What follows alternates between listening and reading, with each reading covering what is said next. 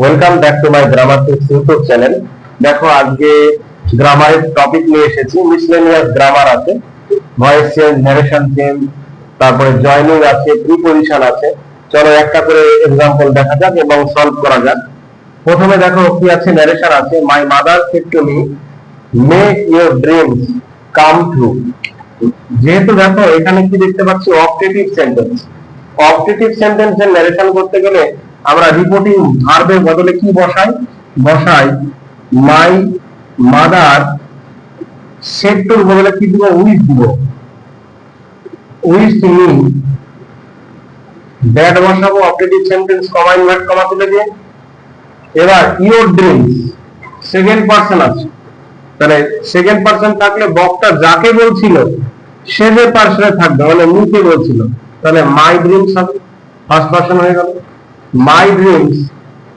আর সূত্র অনুসারে কি হয়, এদিকে যেহেতু পাস্ট টেন্স আছে, মে থেকে কি হয়ে যাবে, মাইট come true.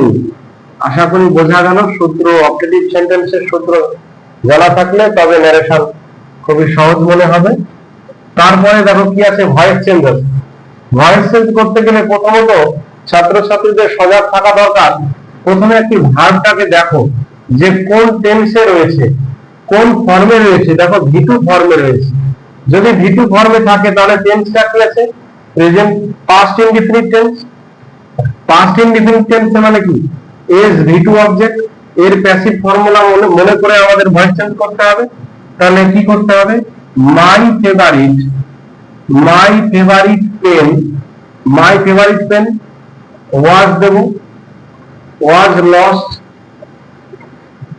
Lost by my brother.